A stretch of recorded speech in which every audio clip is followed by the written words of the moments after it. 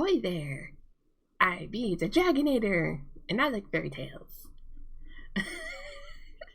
'Tis International Talk Like a Pirate Day, me hearties! Don't worry, that's the last I'll do this. Today's tale has a bit of an interesting history behind it. It actually started as a play, which then got adapted into a novel, which then got adapted into another novel. Not only that, but there are actually two versions of the tale. There is one that is not so popular, but it doesn't have pirates, so we're not going to do that one. Instead, we're going to do the more popular one with pirates and mermaids and natives. The original tale actually has a complicated copyright history and copyright status. So if you want to check it out for yourself, make sure that you know what the copyright status of the tale is in your country.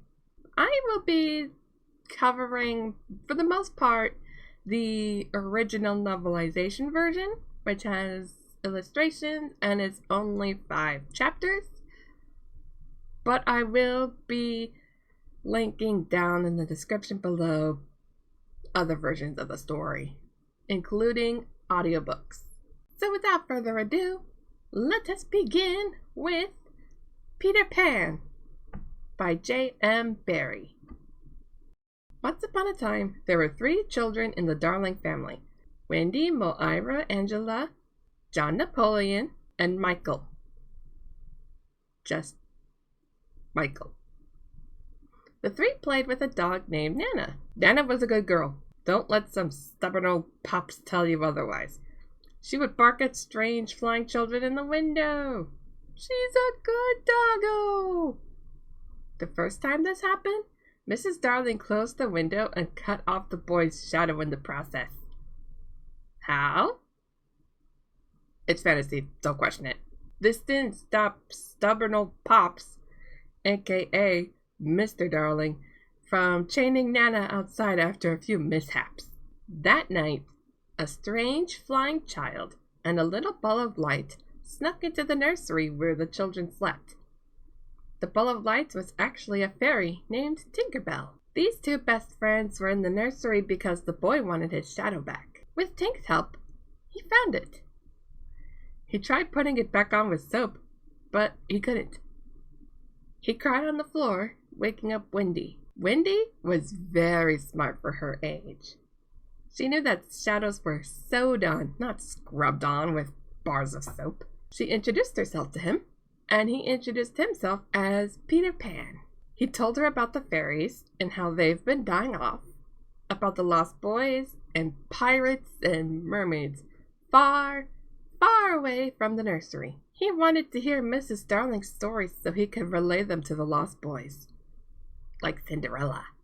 The lost boys had no mother, so that is why Peter Pan told the stories the best he could to them. Wendy told him that she could tell them so many stories, as she wanted to become a mother one day. Peter Pan said that she could be theirs and offered to take her to Never Never Land. She, John, and Michael, with the help of fairy dust, went with Peter Pan to Never Never Land. Never Never Land had some interesting inhabitants other than Peter Pan.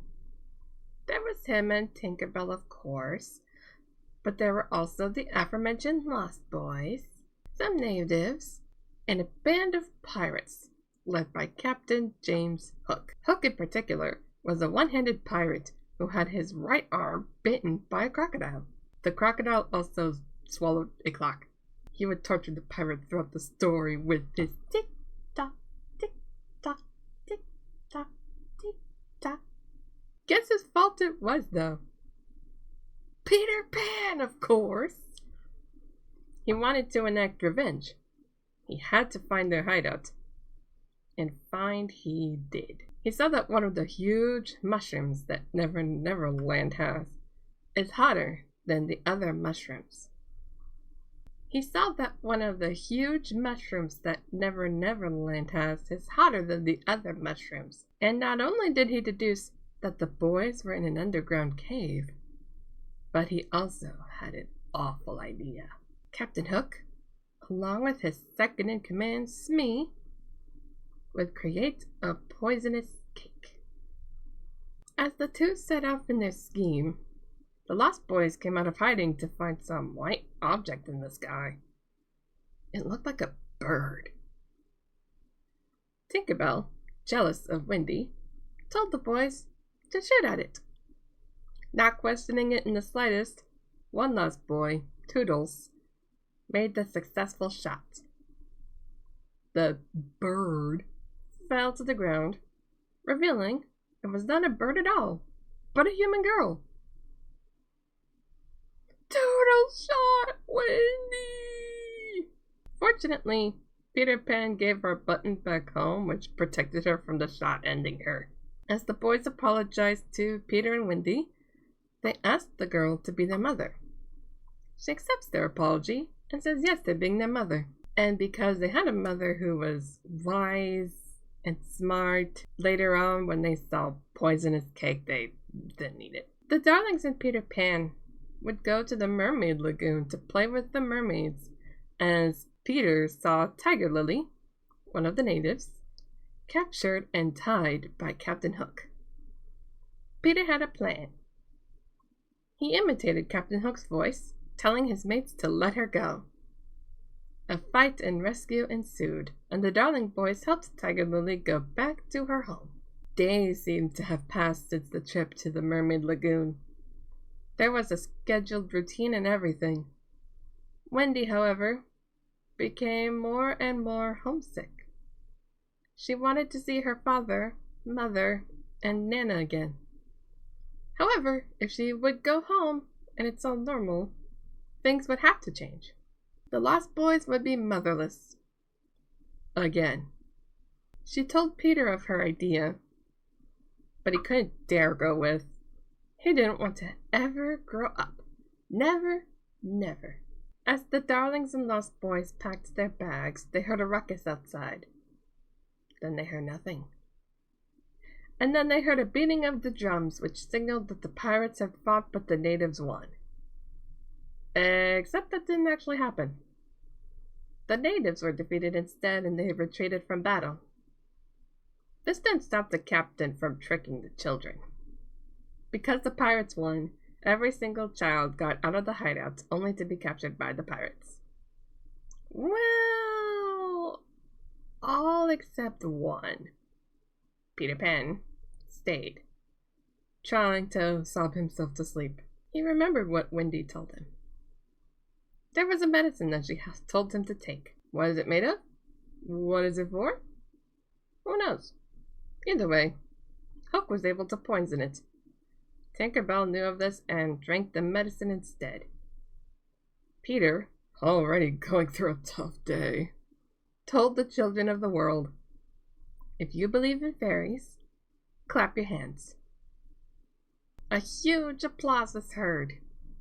This was enough to revive Tinkerbell, because if children stopped believing in fairies, they would become an extinct species. It was time to see what to do about the situation with the pirates. The children were aboard the ship and were given two options: either join the crew or walk the plank, hands tied so they would drown in the sea. They would say no after hearing the fine print. Before enacting the execution, they heard a sound, a ticking sound, a familiar clock-like ticking sound. Tick-tock, tick-tock, tick-tock, tick-tock. Captain Hook freaked out. With all the pirates hiding, Peter Pan was able to free the children, and a fight ensued on the ship, sparing only 2 pirates. The crocodile had his fill of pirate captain. Meanwhile, back at the Darling house, Mrs. Darling was mourning the loss of her children. As she was leaving the nursery, she saw many children waiting outside the home, and her children back in their warm, cozy beds. Mr. and Mrs. Darling were able to make room for all the children in her home. Peter Pan, however, didn't want to grow up, so he went back to Never Never Land, asking if Wendy could visit each spring. This would occur until Wendy grew up and her daughter would go instead. With this arrangement, everyone would live happily ever after.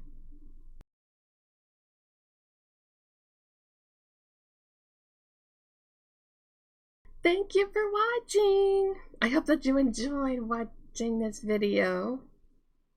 And next time will be the finale to King Arthur's tale. We're going to see the finale of what happens with King Arthur after the Holy Grail didn't work out, unfortunately. So, with all that said and done, stay safe, have a very good rest of your day, and I hope to see you soon. Bye!